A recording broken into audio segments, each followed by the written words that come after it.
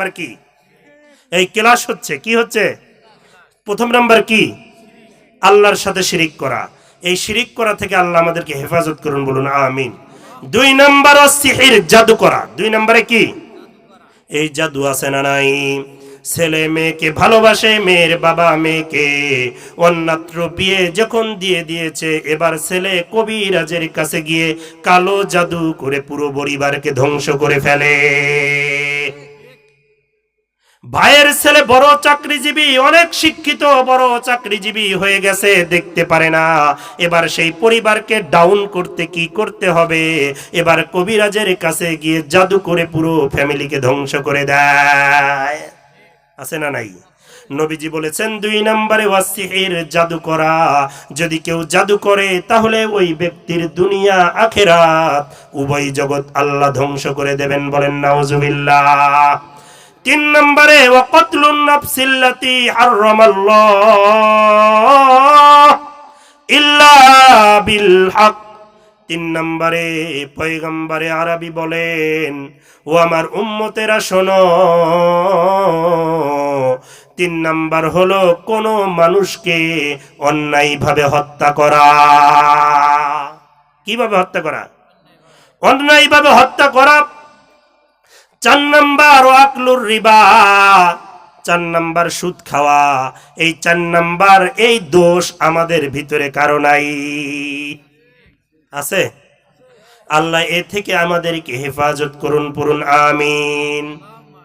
ওয়াকলু মালিল ইয়াতীম, 5 number ইয়াতীমের সম্পদ অন্যায়ভাবে ভক্ষণ করা। আরে বড় ভাই বেঁচে থাকতে তার সন্তানের নাক দিয়ে শীত পড়ে, এরপরেও তাকে কোলের সাথে জড়াইয়া, বুকের মধ্যে জড়াইয়া, কপালের মধ্যে চুমু খায়, গালের মধ্যে চুমু খায়। বড় ভাই যখন মারা গেল, এবার চেষ্টা করে কি করে ভাইয়ের সন্তানকে সম্পদ থেকে ফাঁকি দেওয়া যায়। আছে না নাই? আহা, নবীজি বলেছেন, যেই ব্যক্তি আইল চুরি করে, জমিনের আইল চুরি করে, আল্লাহ তাকে জান্নাতের খাতা থেকে নাম কেটে দেবেন, বান্দার খাতা থেকেই নাম কেটে দেবেন। আর আমরা তো আইল চুরি করি না, বনের পুরা জমিনটাই মেরে দিছি। মিথ্যা বললাম? বনের পুরা জমিন মেরে দিছে। আবার দেখেন হজও করে, এই খাটাসে নামাজও পড়ে, যাকাতও দেয়। আছে না নাই? নবীজি বললেন, লা তাদখুলুল জান্নাতা জাসাদুন গুজিয়া বিল হারাম, যেই ব্যক্তির হালাল খাদ্য দ্বারা দেহ লালিত পালিত হয়েছে, আল্লাহর জান্নাতে সে যাবে না। তোর হজের লাভ কি? যাকাতের লাভ কি? মসজিদ কর, মাদ্রাসা কর, লাভ আছে? সে বনের সম্পদ মেরে দিছে, লাভ নাই। আছে না নাই? খারাপ লাগতেছে? আমরা তো এরকম বক্তা না। আপনাদের ওয়াজ শোনার জন্য আপনাদের প্রধান বক্তা আছে, উনি ওয়াজ করে যাবেন, আমি কিন্তু কলবের ঔষধ দিয়ে যাই কিছু, নাকি বলেন? হ্যাঁ। তারপরে 6 নাম্বার ওয়াতাওয়াল্লি ইয়াউমাজ্জাক, যুদ্ধের ময়দান থেকে শত্রুর ভয়ে পৃষ্ঠ প্রদর্শন করে পালায়ন করা। একদিকে মুসলমান, একদিকে তার দুশমন, একদিকে মাহফিল আর একদিকে মাহফিলের শত্রুরা। এখান থেকে দিনের কাছ থেকে সরে আসা। কেন? অপর ব্যক্তির ভয়ে। তাবলিগ মসজিদে মসজিদে যায়, এক মসজিদে গেছে, বের করে দিচ্ছে, মারতে এসছে, চলে আসা, এটা করা যাবে না। তারা তো বোঝে না। যারা বোঝে তাদের তো বুঝে যাওয়ার লাভ নাই, তারা বোঝে না তো। নবীজিকে মেরেছেন, নবীজি হাত ধরে বলছেন, ভাই ব্যথা পাইছো নাকি? আচ্ছা, ওয়া কসফুল মুহসানাতিল মুমিনাতিল গাফিলাত, 7 নাম্বার হলো যে কোনো সতী সাধ্বী নারীকে জেনা গুনাহের অপবাদ দেওয়া। আল্লাহ আমাদের হেফাজত করুন, বলুন আমিন। তাহলে কয়টা বললাম? কয়টা বললাম? 7টা বললাম। তাহলে প্রথম নাম্বার হলো কি? শিরক। প্রথম নাম্বার কি? আসুন শিরক নিয়ে একটু কথা বলি। সোনার এনার্জি আছে তো? আছে তো এনার্জি? নইলে ওই 2, 4, 6 কিন্তু আমরাও একটু কইতে পারি। হ্যাঁ, আমরা তো গ্রামের পোলাপানি, মনের ভাবসাব তো আমরাও বুঝি, কি চাইতেছেন ওটা আমিও বুঝি, কিন্তু ধরা তো পড়তে হবে আখেরাতে। তোমার টাকা দিয়ে নিয়ে আইছে কি এই জারি গান শোনার লাগা? তুমি জনগণের টাকাও নিলে, তাদেরকে দিলেটা কি? সুতরাং আমি যা বলি একটা ধরে রাখলেই কামিয়াব। যদি একজন ধরে রাখেন যে হুজুর বলছে বোনের সম্পদ মেরে খাওয়া যাবে না, হজ জাকাত কোনো কিছুই কবুল হবে না, একটা মানুষ যদি এটা মানে তাহলে আমার হজ সাকসেস, সবার মানতে হবে না। বুঝাইতে পারলাম? আচ্ছা, তাহলে প্রথম নাম্বার আসেন। প্রথম নাম্বার কি? প্রথম নাম্বার কি? এই শিরক কি আমাদেরকে বুঝতে হবে। আমার বন্ধু বাবাজি, মনে রাখেন, পবিত্র রমজান মাসের 30টি রোজা আপনি রাখলেন। এই 30টি রোজা রাখার পর পবিত্র ঈদের দিন সকালবেলা আপনার বাবার কবরখানা আপনি জিয়ারত করার জন্য গেলেন। এই যে বাবার কবর জিয়ারত করার জন্য আপনি গেলেন, বাবার কবরখানা জিয়ারত করার পরে এবার আশেপাশে তাকিয়ে দেখেন আর কাউরে দেখা যায় না। এবার আরেকটি বাবার কবর জিয়ারত করার জন্য গেছেন। এই বাবা কোন বাবা চেনেন নাকি? যেই বাবা বলে, আরে ভক্তরে, তোর নামাজ রোজা কোনো কিছুর দরকার নাই, তোর ঘরের মুরগি এনে আমারে দে, হাঁস এনে আমারে দে, গরু এনে আমারে দে, তোরে জান্নাতে নেওয়ার দায়িত্ব আমার। বলেন নাউজুবিল্লাহ। এইরকম ভণ্ড বাবা দুই একটা আছে না নাই? ভক্ত দিতে দিতে সব কিছু শেষ। এবার যখন পীর বাবাই বলে, বাবা আরো দে, আরো দে, দুনিয়া সার আমারে ধর, দুনিয়া সার আমারে ধর, যা আছে সব আমারে দে। এবার ভক্ত বলে, বাবা দিতে দিতে সব শেষ, লুঙ্গি ছাড়া কিছুই নাই। কই ওইটাও দে। আছে না নাই? এই যে ভণ্ড বাবা, তার মাজারখানা আপনি যখন দেখলেন আশেপাশে কাউরেই দেখা যায় না, এবার আপনি তার কবরে গেলেন, জিয়ারত করলেন, ভালো কথা। যখন দেখলেন আশেপাশে কেউ নাই, এবার ওই কবরের উপরে ছোট্ট করে একটি সিজদা দিয়া দিলেন। বলেন নাউজুবিল্লাহ। এই যে আপনি সিজদা দিলেন, বান্দারে, আপনার জিন্দেগির সমস্ত আমল এক সিজদার কারণেই বরবাদ। বলেন নাউজুবিল্লাহ। আপনি সারা রমজানের 30টি রোজা রাখলেন, সাহারি করলেন, ইফতার করলেন, তাসবিহ তাহলিল করলেন, কোরআন পাঠ করলেন, তারাবি পড়লেন, রাত জেগে আরো তাহাজ্জুদের অনেক নামাজ পড়লেন, কিন্তু এই যে শিরিক করলেন, আর এই শিরিক করার কারণে আপনার জিন্দেগির সমস্ত আমল বরবাদ। বলেন নাউজুবিল্লাহ। এই যে শিরিক করার কারণে জিন্দেগির সমস্ত আমল বরবাদ হয়ে যাবে, এই কথা আমার কথা না, না আমার কথা আপনি কেন শুনবেন?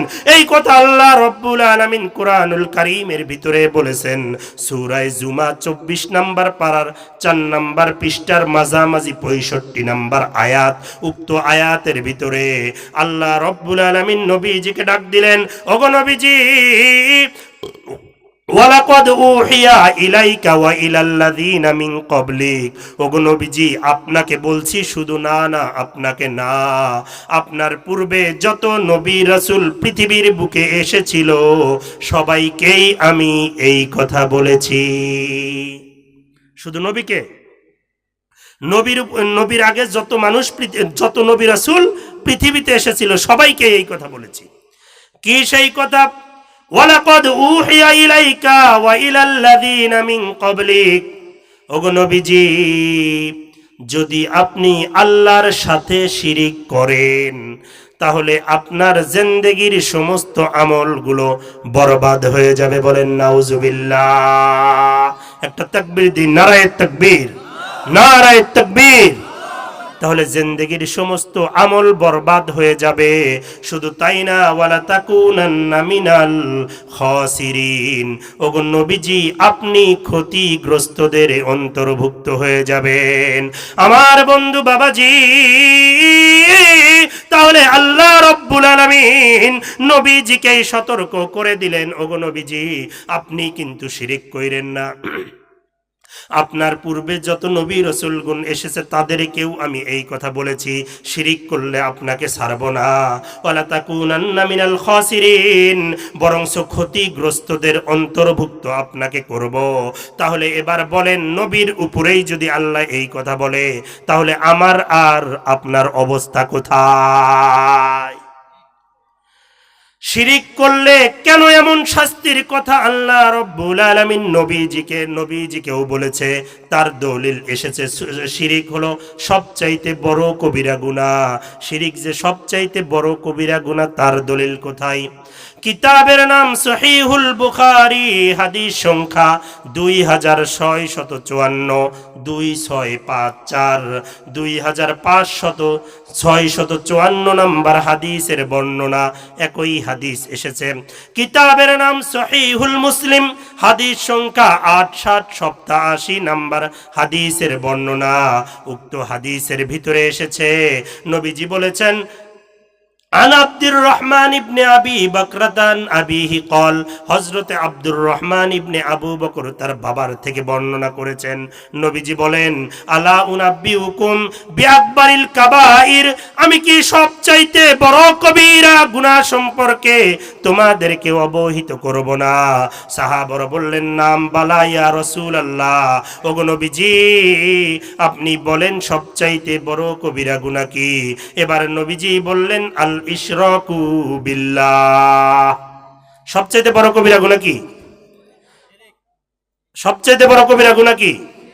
2 নম্বরে ওয়া উকুকুল ওয়ালিদাইন, মা বাবার অবাধ্য হওয়া। 2 নম্বর কি? জিয়া ভাই কই? আলোচনা কয়টা বন্ধু চলবে আমার? আমাকে সে 11টার কথা বললো, আমি ওই সিস্টেমে আলোচনা শুরু করছি। আচ্ছা আসেন, উকুকুল ওয়ালিদাইন, তাহলে 2 নাম্বার কি? মা বাবার কি হওয়া? অবাধ্য হওয়া। নবীজি এই কথা যখন বলতেছিলেন, হেলান দিয়ে বসাছিলেন, এবার নবীজি সোজা হয়ে বসলেন, বসে বললেন, অকৌলুজুর, এবার মিথ্যা সাক্ষী দেওয়া এটাও সবচাইতে বড় কবিরা গুনাহ। মিথ্যা সাক্ষী দেওয়া কি? অমুক ভাইয়ের চরিত্র ফুলের মতো পবিত্র, অথচ নির্বাচনের সমস্ত টিন আর চাল যা এলাকার জন্য বরাদ্দ করা হয়েছিল সবকিছু মেরে খেয়েছে 500 টাকার জন্য, তার চরিত্রকে ফুলের মতো পবিত্র বানায় এমন কুলাঙ্গার আছে না নাই? আর জোরে বলো, আছে না নাই? কওলুজ্জুর, মিথ্যা সাক্ষী দেওয়া সবচাইতে বড় কবিরা গুনাহ। এবার আসেন, নবীজি শিরক যেমন সবচাইতে বড় কবিরা গুনাহ বললেন, তেমনি ভাবে মা বাবার অবাধ্য হয় এটাও সবচাইতে বড় কি বললেন? কবিরা গুনাহ বললেন। সুতরাং বোঝা যায় শিরিক করলে যেমনি আল্লাহর জান্নাত হারাম হয়ে যায়, মা বাবার অবাধ্য হলেও আল্লাহর জান্নাত হারাম হয়ে যায়। আল্লাহ রাব্বুল আলামিন 15 নম্বর পারা সূরা বনী ইসরাঈল 3 নম্বর পৃষ্ঠার মাঝামাঝি 23 নম্বর আয়াতের ভিতরে আল্লাহ রাব্বুল আলামিন বলেন, ওয়াকাদা রাব্বুকা আল্লা তা'বুদু ইল্লা ইয়াহু ওয়া বিল ওয়ালিদাইনি ইহসানা। ওয়াকাদা রাব্বুক, তোমার প্রতিপালক ফয়সালা করে দিয়েছেন, ওয়াকাদা রাব্বুকা আল্লা তা'বুদু ইল্লা ইয়া, আল্লাহ ছাড়া আর কারো ইবাদত করা যাবে না। এর মানেই হলো শিরিক করা যাবে না। তাহলে নবীজি ওখানে যেটা বললেন হাদিসে, আল্লাহ তাআলা এখানে বলতেছেন সেটা কোথায়? কোরআনে। নবীজি বললেন উকুকুল ওয়ালিদাইন, মা বাবার অবাধ্য হওয়া যাবে না। আল্লাহ বলতেছেন এই জায়গায় ওয়াবিল ওয়ালিদাইনি ইহসানা, মা বাবার সাথে ভালো ব্যবহার করো। ইহসান কি ইত্যাদি এদিকে আর ব্যাখ্যায় যাব না, হুজুর এসে পড়েছেন, সংক্ষেপে আলোচনা আমি শেষ করব।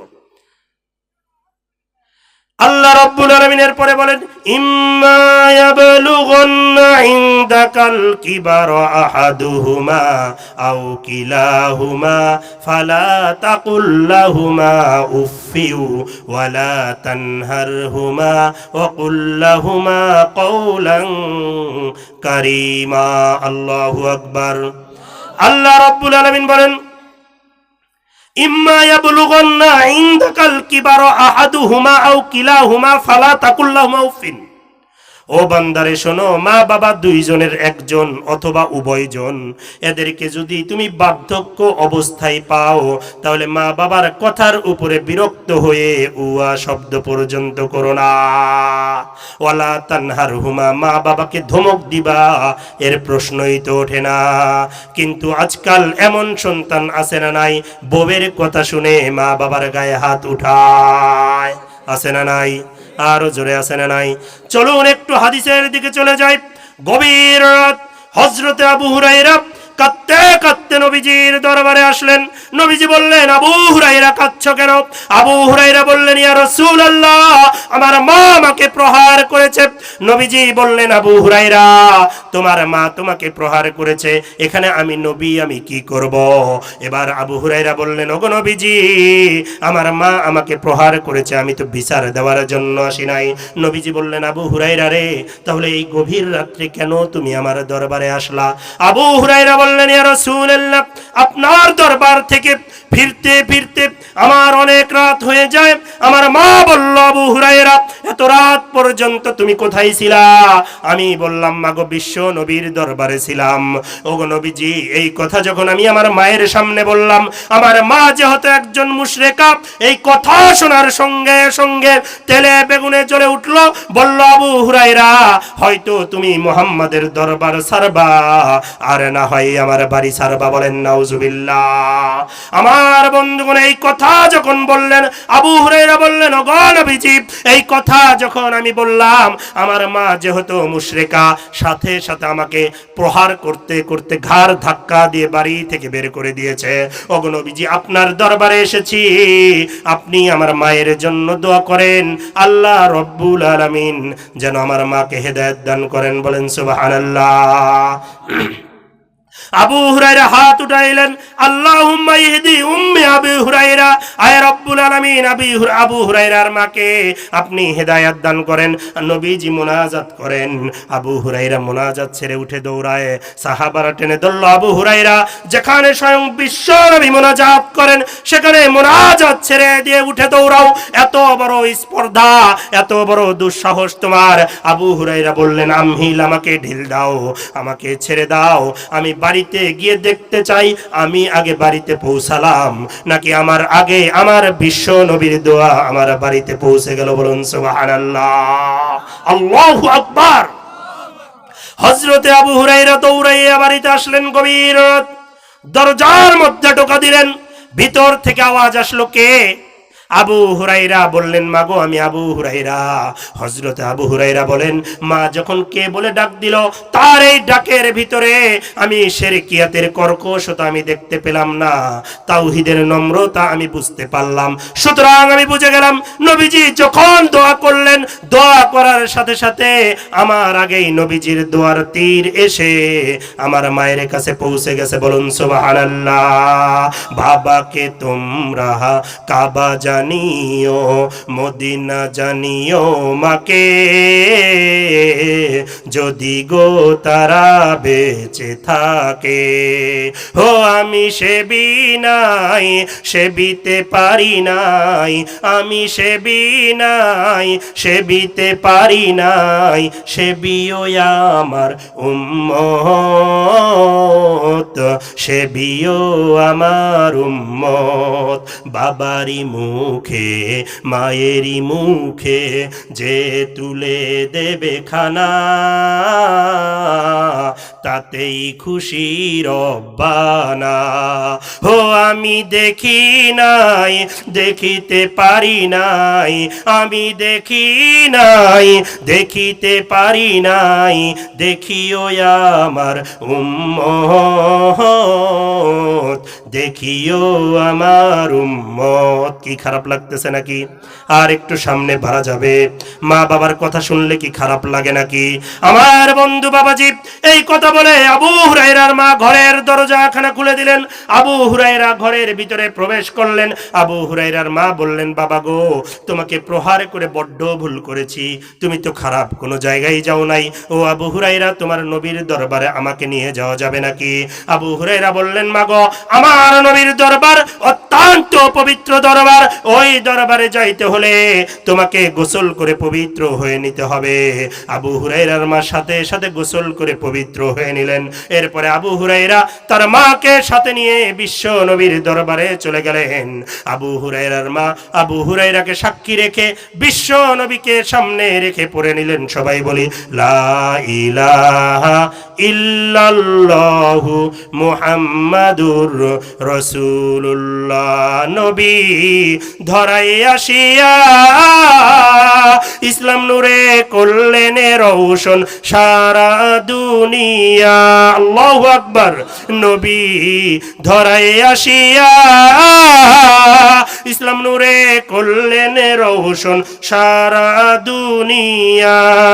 এই দুনিয়ায় নাহি মেলে, এই দুনিয়ায় নাহি মেলে যাহার তুলনা, পাপী তরাইতে ভিজে দিলেন রব্বানা। আমার বন্ধু বাবাজি, হযরত আবু হুরায়রা তার মাকে নিয়ে নবীজির দরবারে এসেছেন হাদিস খানা শোনানোর উদ্দেশ্য কি? আবু হুরায়রা প্রথম যখন আসলেন নবীজি জিজ্ঞাসা করলেন কাঁদছো কেন? নবীজি বললেন মা, আবু হুরায়রা বললেন আমার মা আমাকে বেড়েছে। নবীজি বিচার করতে যান নাই। আচ্ছা বলেন নবীজির চেয়ে শ্রেষ্ঠ বিচারক কি পৃথিবীর বুকে আর আসবে নাকি? কিন্তু যখন শুনলেন না না মেরেছে মা, নবী আর বিচার করতে চাইলেন না।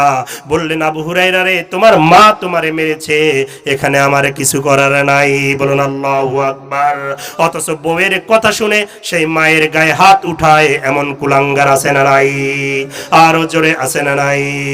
যেই ব্যক্তি, যেই কুলাঙ্গার মা বাবার গায়ে হাত উঠাবে, আল্লাহর জান্নাত তার জন্য হারাম হয়ে যাবে। বলেন নাউজুবিল্লাহ। কিতাবের নাম তিরমিজি, হাদিস সংখ্যা 1899। আন আব্দুর রহমান ইবনে আমরিন قال قال النبي صلى الله عليه وسلم রিজার রব্বি ফি রিজাল ওয়ালিদ ওয়া সাখাতুর রব্বি ফি সাখাতিল ওয়ালিদ। নবীজি বললেন বাবার সন্তুষ্টিতে আল্লাহ সন্তুষ্ট, বাবা অসন্তুষ্ট হলে আল্লাহ অসন্তুষ্ট। এর মানে বোঝা যায় কোন সন্তানের বাবা যদি সেই সন্তানের উপর অসন্তুষ্ট থাকে, আল্লাহর জান্নাত তার জন্য হারাম। আবার নবী বলেছেন আল জান্নাতু তাহতা আকদামিল উম্মাহাত, মায়ের পায়ের নিচে সন্তানের বেহেশত। সুতরাং এর দ্বারা বোঝা গেল মায়ের খেদমত করে জান্নাত খুঁজে বের করতে হবে। সুতরাং কারো উপর যদি তার মা অসন্তুষ্ট থাকে, তাহলে ওই সন্তানের জন্য আল্লাহর জান্নাত হারাম। বলেন নাউজুবিল্লাহ। কিন্তু বউয়ের কথা শুনে মা বাবার গায়ে হাত উঠায় এমন সন্তান আছে না নাই? আমার বন্ধুগণ আর দীর্ঘায়িত করব না, আর একটু সামনে বেরেই শেষ করে দেব। হযরতে আলকামা নবীজির সাহাবী, নাম শুনেছেন হযরতে আলকামা। মৃত্যুর মুহূর্ত, জবান দ্বারা কালেমা বের হচ্ছে না, দৌড়ে আসলেন স্ত্রী নবীজির দরবারে। ওগো নবীজি, আপনার সাহাবী আলকামা জীবন মরণের সন্ধিক্ষণে মুখ দ্বারা কালেমা বের হয় না। নবীজি এবার বললেন ও সাহাবারা কে আছো, কোথায় দাঁড়িয়ে গেল? বললেন আইনা বেলাল, বেলাল কোথায় দাঁড়িয়ে গেল? লাব্বাইক ইয়া রাসূলুল্লাহ। নবীজি বললেন বেলাল কয়েকজন সাহাবাকে সাথে নিয়ে আলকামার বাড়িতে যাও। আলকামার বাড়িতে গিয়ে মৃত্যু পথের যাত্রী আলকামা কালেমার তালকিন দাও। কালেমার তালকিন দিল। তালকিন কারে বলে বলার মতো এই রকম সময় আমার হাতে অবশ্য নাই। এর মানে মৃত ব্যক্তির শিয়রে বসে জোরে জোরে কালেমা পড়া। আপনার কালেমা শুনে তার মন চাইলে পড়বে, না চাইলে নাই, তাকে বাধ্য করা যাবে না। এই জোরে জোরে পড়ার নাম তালকিন করা। হযরতে বেলাল তালকিন করলেন, না না জবান দ্বারা কালেমা বের হয় না। নবীজির দরবারে ফিরে আসলেন, ওগো নবীজি দীর্ঘক্ষণ পর্যন্ত তালকিন করলাম, জবান দ্বারা কালেমা বের হলো না। এবার নবীজি বললেন বেলাল, আলকামার মা বাবা কেউ বেঁচে আছে নাকি? বেলাল বললেন ইয়া রাসূলুল্লাহ, আলকামার বাবা মারা গেছে, শুধুমাত্র বিদ্যা একটা মা রয়েছে, সেও আলকামার সাথে থাকে না, ভিন্ন থাকে, ভিন্ন খায়। ও ঝাপড়াবাসী বলো আমাদের ভিতরে এমন